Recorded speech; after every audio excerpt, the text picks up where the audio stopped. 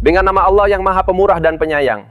Musuh-musuh kita tahu bahawa meneruskan peperangan bermakna lebih banyak kehancuran ke atas pangkalan-pangkalan mereka yang sudah pun musnah yang tidak akan dapat dibina semula.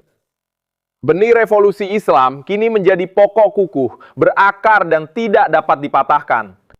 Kami berkabung tetapi tidak letih. Kesakitan kami jadi pemangkin untuk hancurkan kamu semua. Dalam peningkatan keunggulan negara dan angkatan tentera kami yang berterusan, kami tidak akan benarkan kamu menyebarkan racun kamu. Kami telah mempelajari jalan untuk mengalahkan kamu dan jalan itu adalah penentangan. Perubahan dalam keseimbangan kuasa yang telah lama berlaku, kini kedengaran dalam bentuk siren kematian. Perang ini akan berterusan selagi serangan terhadap tanah ini masih dalam agenda dan strategi penjenayah. Pemangsa pembunuh kanak-kanak tanpa undang-undang atau sempadan menjadikan jenayah dan penindasan sebagai tabiat. Mereka perlu faham, tapi orang jahil tidak pernah faham kerana selalu kalah memalukan dalam setiap pertempuran. Pelaksanaan tindakan ofensif dan defensif kita yang sempurna dan tiada tandingan telah mendedahkan jangkauan Iran di langit musuh yang terdedah. Dan kemenangan itu tidak datang melainkan dari Allah yang Maha Kuasa lagi Maha Bijaksana. Pagi ini, Iran mendedahkan bahawa kemudahan nuklear Natanz mereka telah diserang dalam satu serangan udara. Ini adalah lokasi utama negara itu untuk pengayaan uranium. Pihak berkuasa Iran menyatakan tiada kebocoran radiasi. Media Iran melaporkan Rewards Ewa mengetuai serangan bom anti-bunker, namun tentera Israel menafikan mengetahuinya. Pada waktu malam, Iran melancarkan 2 peluru berpandu balistik ke pangkalan tentera strategik Ipariwah dan United Kingdom di Pulau Diego Garcia, Lautan Hindi. Ini ancaman pertama rejim itu kepada kepentingan Ebuala di luar Timur Tengah. Presiden Trump mengumumkan perkembangan positif operasi Epic Fury. Lucas Tomlinson melaporkan secara langsung dari Dubai dengan maklumat terkini. Selamat pagi, Lucas.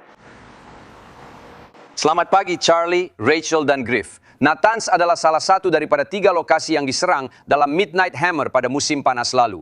Ia terletak 240 km ke selatan Teheran. Seperti yang Anda sebutkan, ini adalah lokasi utama pengayaan nuklear Iran. Banyak sentrifug yang memutar uranium-235 menaikkannya dari grade tenaga ke grade senjata.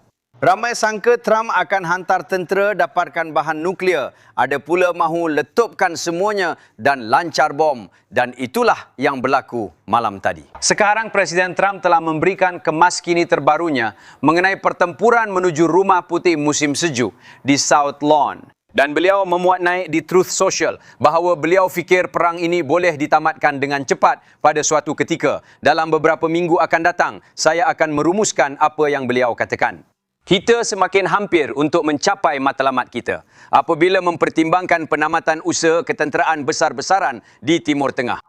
Presiden mencadangkan untuk meneutralkan arsenal peluru berpandu dan asas industri Iran dengan menghapuskan angkatan laut, udara dan pertahanannya. Pelan ini bertujuan menghalang kuasa nuklear mereka dan menjelaskan serangan ke atas Natanz selain melindungi sekutu seperti Emiria menunjukkan Iran masih mempunyai sedikit ketahanan. Selain melancarkan drone ke atas Arab Saudi, Kuwait dan Emiria, pada malam tadi, Iran telah melancarkan 2 peluru berpandu jarak sederhana ke arah Diego Garcia. Satu terlerai di laut, satu lagi dimusnahkan pemintas SM-3 dari kapal pemusnah peluru berpandu tentera laut di Iowa.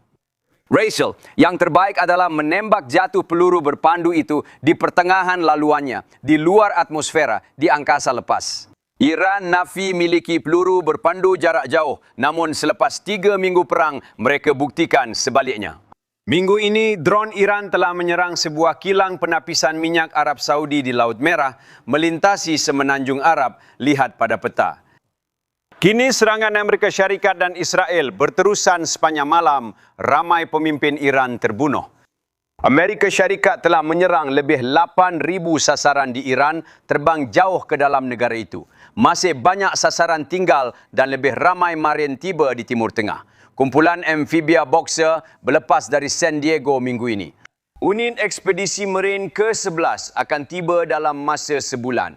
Malam tadi tenang di sini di Dubai, memang hujan dan hujan yang sebenar. Mengenai peluru berpandu balistik dan drone, malam itu agak tenang. Hanya beberapa drone dan peluru berpandu balistik.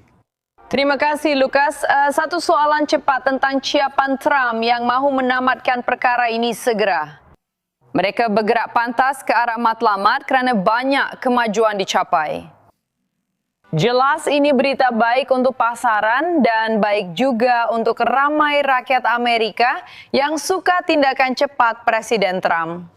Sama ada dengan ISIS yang dihapuskan dalam masa singkat atau operasi Midnight Hammer pada penggal pertamanya yang banyak dikritik. Akhirnya pengkritik turut akui ia langkah bijak. Dia mau selesaikan semuanya dengan cepat di sini sesuai dengan rakyat Amerika. Tapi sekutu Israel mungkin ada matlamat lain. Bagaimana Presiden akan selaraskan matlamatnya dengan rakan kongsi? Minggu ini Israel mengebom ladang minyak dan tindakan itu membuat Presiden Trump marah. Betul, serangan Israel berlaku di Teluk Parsi. Di belakang saya, bangunan itu, Rachel, ialah ladang gas terbesar dunia. Harga tenaga telah meningkat. 80% hingga 90% gas dan minyak Teluk Parsi dihantar ke Asia. Presiden Trump mahu sekutu lebih membantu. Di Jepun, pasukan pertahanan diri terikat perlembagaan dan tidak jalankan misi panjang. Presiden berkata Sinowira akan membentang. Mereka telah beralih daripada sifar ekspor LNG pada tahun 2016 kepada peneraju dunia. Jika gas dan minyak tidak dibawa ke sini, kenapa sekutu tidak bantu buka pasaran? Lukas, saya hanya ingin beri komen. Ada naratif meluas bahawa semua orang fikir kita akan ambil Pulau Khark. Namun, jika Anda kembali sebentar, perkara itu tidak jelas. Presiden tidak menyatakan itu niat beliau, walaupun semuanya sedang dipertimbangkan. Dengan lebih ramai tentera Marine tiba, ceritakan tentang unit ini. Selepas berkhidmat di kapal tentera laut yang ada 4 komponen termasuk unit tempur, Bagaimana pula dengan tentera Marine? mereka memiliki sayap udara dengan Ospreys, F-35B, serta struktur komando dan batalion logistik. Jadi, tentera Marine ini boleh beroperasi melalui laut, melindungi Selat Hormuz tanpa perlu menempatkan tentera secara khusus di daratan. Betul, Griff dari Silo. Dalam perang ini, logistik sangat penting. Tentera Marine menyatakan ini unit berdikari. Skuadron udara ini dilengkapi jet pejuang F-35, Ospreys dan Super Stallions CH-53 untuk membawa tentera Marine ke pantai. Terdapat juga komponen serangan, helikopter H-1 Viper milik tentera Marine. Terdapat batalion pendaratan, unit infanteri dan askar biasa, dan komponen ini baru saja berlepas dari San Diego. Kapal penyerang amfibia ambil hampir sebulan untuk tiba dan Tripoli ada tentera Marine. Mungkin ini hanya pengalihan perhatian untuk sesuatu yang lebih besar. Masih ingat pakej Pegasus yang dilancarkan untuk menculik Maduro dan istrinya atas katil dari Shiloh Aranceta? Lucas Tomlinson. Terima kasih banyak. Terima kasih. Lukas, untuk kamu, Charlie.